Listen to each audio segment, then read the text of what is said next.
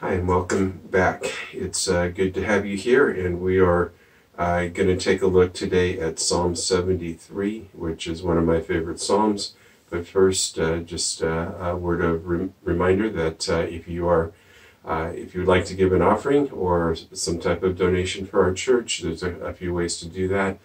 We have a giving page at our website, www.lifewaychurchvista.com.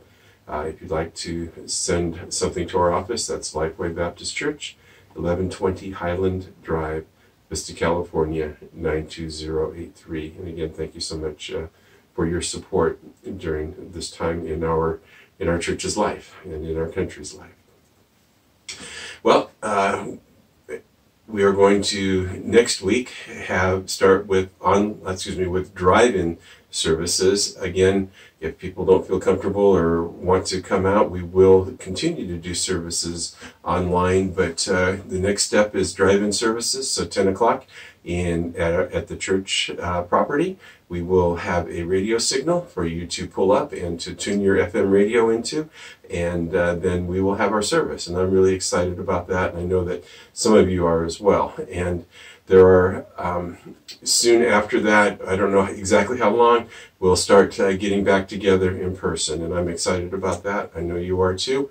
Again, things will continue to be different, and so there are some ideas that I've seen as far as how to continue to have a safe separation. This is a park in San Francisco that drew 6-foot circles, and so if you go to the park, you have to stay inside one of those circles. And I don't know, maybe we could do that, but we would never get the spray paint out of the carpet, so maybe that's not a good idea. But there's a restaurant in Germany that came up with the pool noodle idea, and so they made hats out of pool noodles to make sure that you were at least 6 feet away. So if you have any thoughts on those, please send your email comments to mail@lifewaychurchvista.com, and thank you for your support. This week we're going to look at Surely God is Good to Israel from Psalm 73. The little graphic there says Psalm 73 saved my life. Last week we looked at the thief versus the shepherd, and what the purpose and the ideas of the thief, why the thief comes and what the shepherd comes to do. This week we're going to kind of look at perception versus reality, because the psalmist here, in this case it's a man by the name of Asaph, had a problem with perception and had to get back to reality. And I think that when we're in a situation where our daily routines are turned upside down, where there's a great opportunity to be anxious about things, it's good to do a reality check and see where our perception has led us. It reminds me of a little boy who had a puppy he wanted to sell, and he had a for sale sign on that puppy, and yet it didn't get him any buyers because the little puppy looked unkempt. Well, a salesman happened by one day and urged him to clean up the dog, get him a nice collar, brush his fur, and so he walked by the next day, and the little boy had the little puppy all spruced up, and a sign that said "Puppy for sale, $6,000." The businessman, the salesman couldn't believe his eyes, but when he returned home, he saw the word "sold" on that sign. So he asked the little boy, "Did you really sell that puppy for $6,000? And the little boy said, "Yes, I did. I sold him for two $3,000 cats." So he had made an exchange, and the value you can put on things yourself. We know that market value is whatever somebody's willing to pay for it. Many of us have exchanged things over the years, one thing for another, or in this case, two things for one. But it's important to see that we need to make sure we're getting a fair trade. I appreciate Danny sharing with us his devotionals, and Naomi sharing today. And it's important to realize that when you're willing to do that, God can use that. I remember over 35 years ago, the pastor's wife at the church I was attending at that time shared a testimony that she and her husband were out in the desert, and she told him, her husband being the pastor, that she was hungry and wanted to stop for a hamburger. Well, the pastor got involved in other things, and they got all the way home, and he had forgotten about her request. And she said, I was very upset, I was very frustrated, but then I realized, am I going to trade my peace for 2 slices of bread and a patty. It wasn't worth it. So I'm going to keep my peace. So the question that I see is, what will we sell our peace for? How important is that to us? What will we give in exchange for our peace? Psalm 73 is a psalm of Asaph. It's a psalm of exchange. And just a quick summary of the psalm is the most important thing in life is to be near to God. If you have everything else, but you fail here, you have lost it all. But if you have that relationship with God, you have God's companionship and blessing in this life and for all eternity. Who is Asaph? Well, there are 12 psalms that are attributed to him. He actually wrote more of the Bible than Peter, James, Jude, Jonah, Amos, Micah, Joel, Malachi, Zephaniah, Habakkuk, Nahum, Haggai, or Obadiah. None of those, his writing was attached to his name, so we don't think about him as much, but he definitely made a great contribution. 1 Chronicles 16, verses 36 through 38 say, "Praise be to the Lord, the God of Israel, from everlasting to everlasting." Then all the people said, "Amen," and praise the Lord. David left Asaph and his associates before the Ark of the Covenant of the Lord to minister there regularly, according to each day's requirements. He also left Obed-Edom and his 68 associates to minister with him. Obadiah, Edom, son of Jerutham, and also Hoshea were gatekeepers. David left Asaph there, and this is when the Ark of the Covenant is being brought into Jerusalem for the first time, long before the temple was even built. And Asaph actually lived through David's life and through Solomon's, and saw the nation of Israel being divided. He saw the ups and downs, and ultimately the division of the nation of Israel. So in all of his time, he saw the good and the bad. And so it's not surprising that as he contemplated all of those things, he was able to have his mood swings go up and down, because so often we rely on circumstances for where we are. You may have seen the bumper sticker, "If you can read this, turn me over." Well, in this image, it's a good thing they had that, because now the police know to turn the Jeep back over. And sometimes I think that we should have some type of bumper sticker on us that says, if we're getting out of shape, help us to, or in the wrong shape, or getting turned over or twisted around, that we need to be set right as well. So I'd like to read to you Psalm 73. It has 28 verses. So if you have a Bible there at home or wherever you are, well, not if you're driving, but please follow along with me. It says, "Surely God is good to Israel, to those who are pure in heart. But as for me, my feet had almost slipped. I had nearly lost my foothold. For I envied the arrogant when I saw the prosperity of the wicked. They have no struggles. Their bodies are healthy and strong. They are free from the burdens common to man. They are not plagued by human ills. Therefore pride is their necklace. They clothe themselves with violence. From their callous hearts comes iniquity. The evil conceits of their minds know no limits. They scoff and speak with malice. In their arrogance they threaten oppression. Their mouths lay claim to heaven, and their tongues take possession of the earth. Therefore their people turn to them and drink up waters in abundance. They say, how can God know? Does the Most High have knowledge? This is what the wicked are like, always carefree. They increase in wealth. Surely in vain have I kept my heart pure. In vain have I washed my hands in innocence. All day long I have been plagued. I have been punished every morning. If I had said, I will speak thus, I would have betrayed your children. When I tried to understand all this, it was oppressive to me, till I entered the sanctuary of God. Then I understood their final destiny. Surely you placed them on slippery ground. You cast them down to ruin. How suddenly are they destroyed, completely swept away by terrors. As a dream when one awakes, so when you arise, O Lord, you will despise them as fantasies.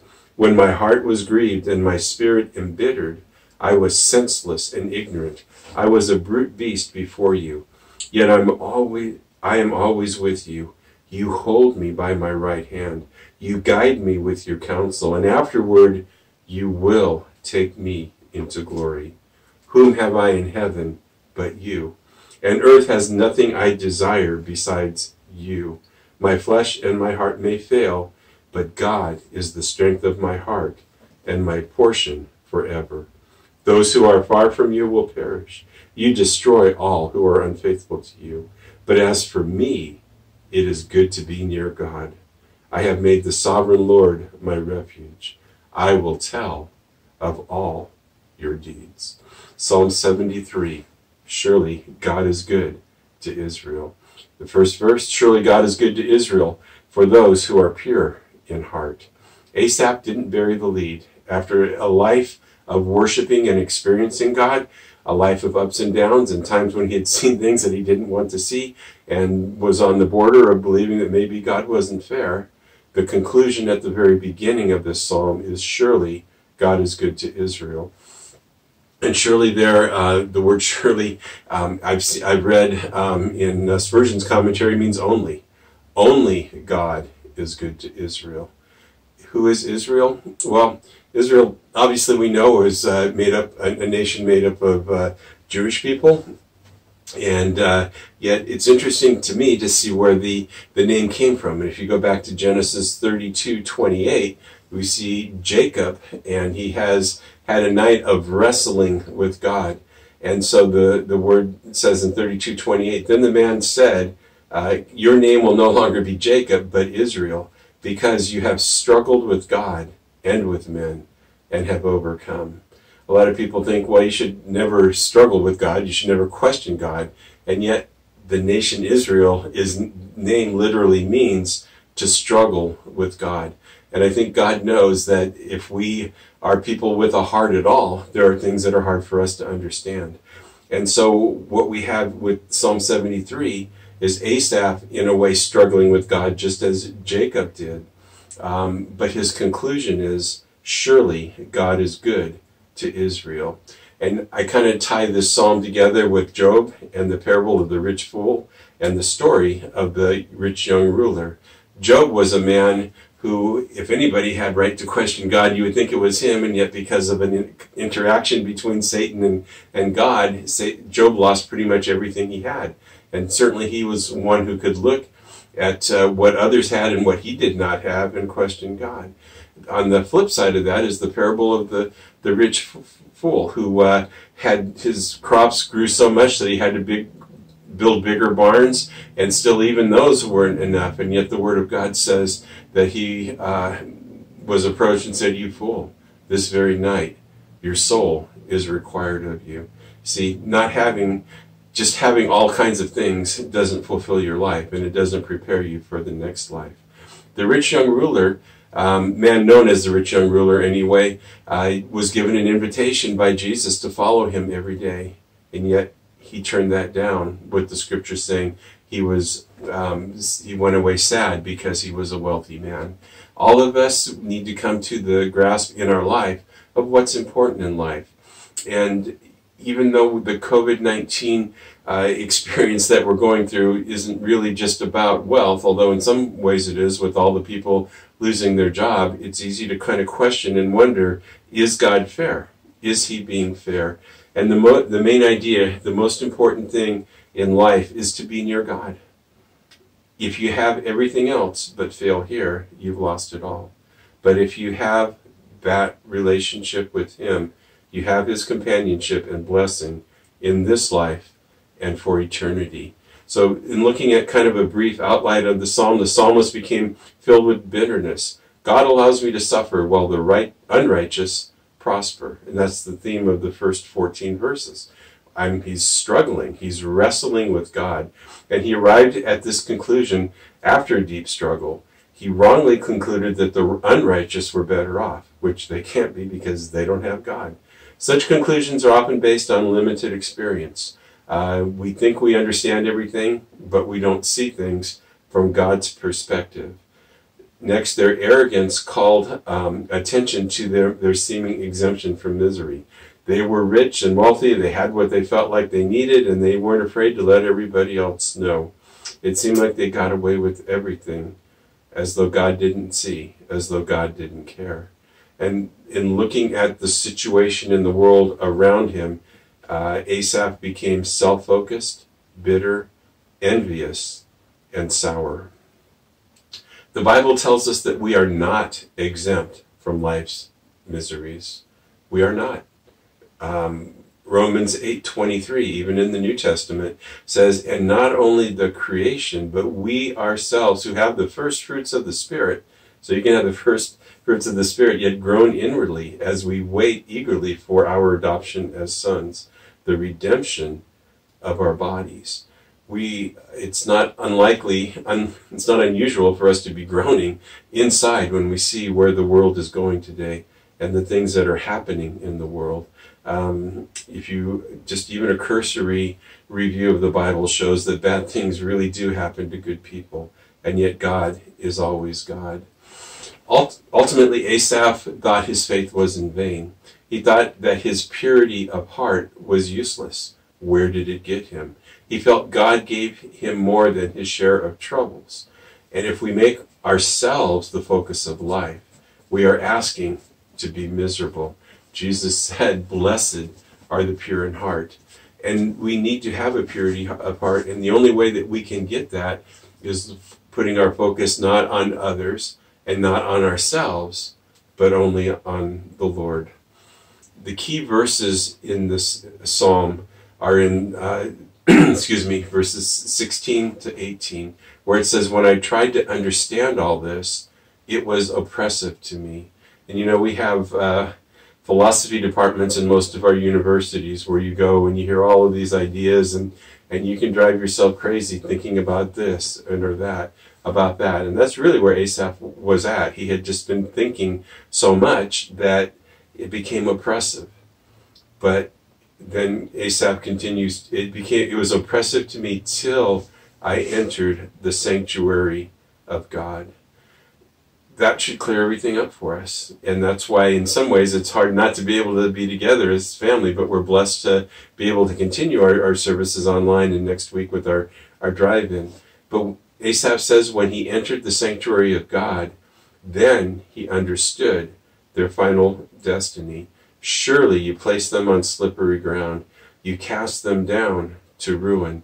And so what Asaph is seeing here is that the things he was jealous of that other people had were the things that were causing them to be on slippery ground, where it was easy for them to go off the edge, to slide off, to lose sight of what's important, and to be cast down.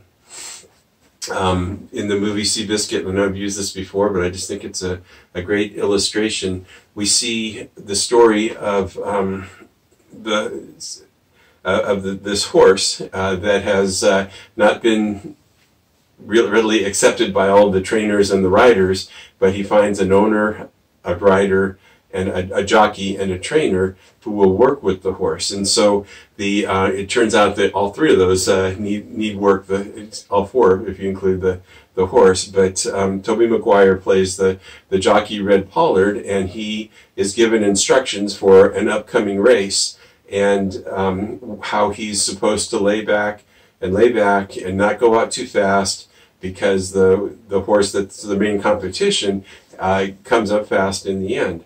And so Tobey Maguire, or Red Pollard, the jockey, is doing his job when another horse comes in and cuts him off. And he just goes ballistic, and he goes after that horse. He runs the horse too hard.